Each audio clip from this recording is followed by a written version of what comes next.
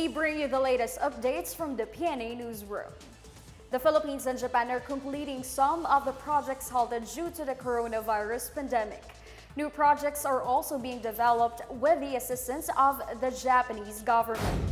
In an interview en route to Japan, President Ferdinand R. Marcos Jr. said the Philippines have very well-developed interactions with Japan in terms of government-to-government or even commercial ventures. Marcos said that his working visit scheduled from February 8 to 12 also intends to strengthen the government's collaboration with Japan, specifically in agriculture, renewable energy, digital transformation, defense, and infrastructure. During his 5 days official visit to Japan, Marcos is scheduled to meet with Prime Minister Fumio Kishida and Emperor Naruhito, as well as Japanese business leaders and the Filipino community. President Ferdinand R. Marcos Jr. expressed interests in a possible visiting forces agreement with Japan, even though the two countries have had no formal talks on the matter yet.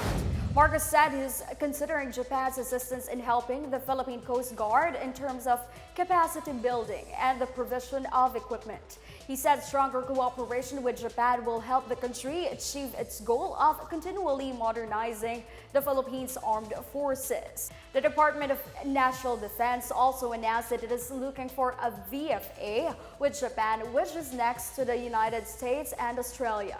Apart from defense, Marcos is interested in attracting more agribusiness deals from Japan. Meanwhile, Marcos said the deportation of Japanese nationals involved in the Luffy heists had already been completed prior to his departure. He said the deportation was a mere coincidence and that the process was expedited just like in an extradition case. The Japanese fugitives were suspected of being members of a crime ring involved in violent robberies in their own country. Consumers can expect to spend more on food in the coming days. This as the Department of Trade and Industry approved increases in the price of bread, canned goods, instant noodles, milk, and other basic goods. In its latest suggested retail price bulletin, the price of a 450-gram loaf of Pinoy Tasty went up to 40 pesos and 50 centavos. A 10-piece pack of Pinoy Pandesal will now cost 25 pesos from the previous 23.50. 6 sardine brands will hike their prices by 1 peso to 150. The price of 55-gram noodles also saw an increase of 50 centavos. The DTI also recommended price hikes for powdered milk, condensed milk, evaporated milk, coffee, and non-food items such as laundry soap, batteries, and candles. Trade Undersecretary Carlos Sanchez said most food items increased their price by 50 centavos to more than 2 pesos. Vendors who do not comply with the SRP will have to explain before the DTI.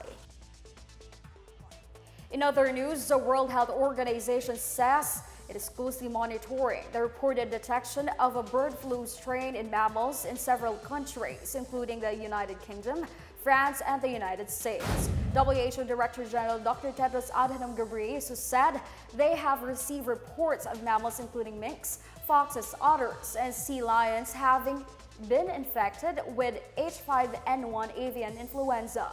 He noted that H5N1 has spread widely on wild birds and farm poultry for 25 years, but the spillover to mammals needs to be monitored closely. Meanwhile, Ecuador reported South America's first case of human infection of the AH5 bird flu virus last month. A 9-year-old girl who was in contact with backyard poultry. The WHO said the case is rare and the virus transmission to humans remains low. Ghebreyesus advised the public to remain vigilant and refrain from coming in contact with dead or sick animals to prevent being at risk of the virus. That's the latest and the biggest stories from the Pna Newsroom. For more news content, visit our webpage or head on to the Philippine News Agency's Facebook and Twitter accounts. We're also shown on the social media pages of the Presidential Communications Office and Radyo Pilipinas RP1. Stay tuned for more news updates. I'm Stephanie Civiliano. We tell stories that inspire change.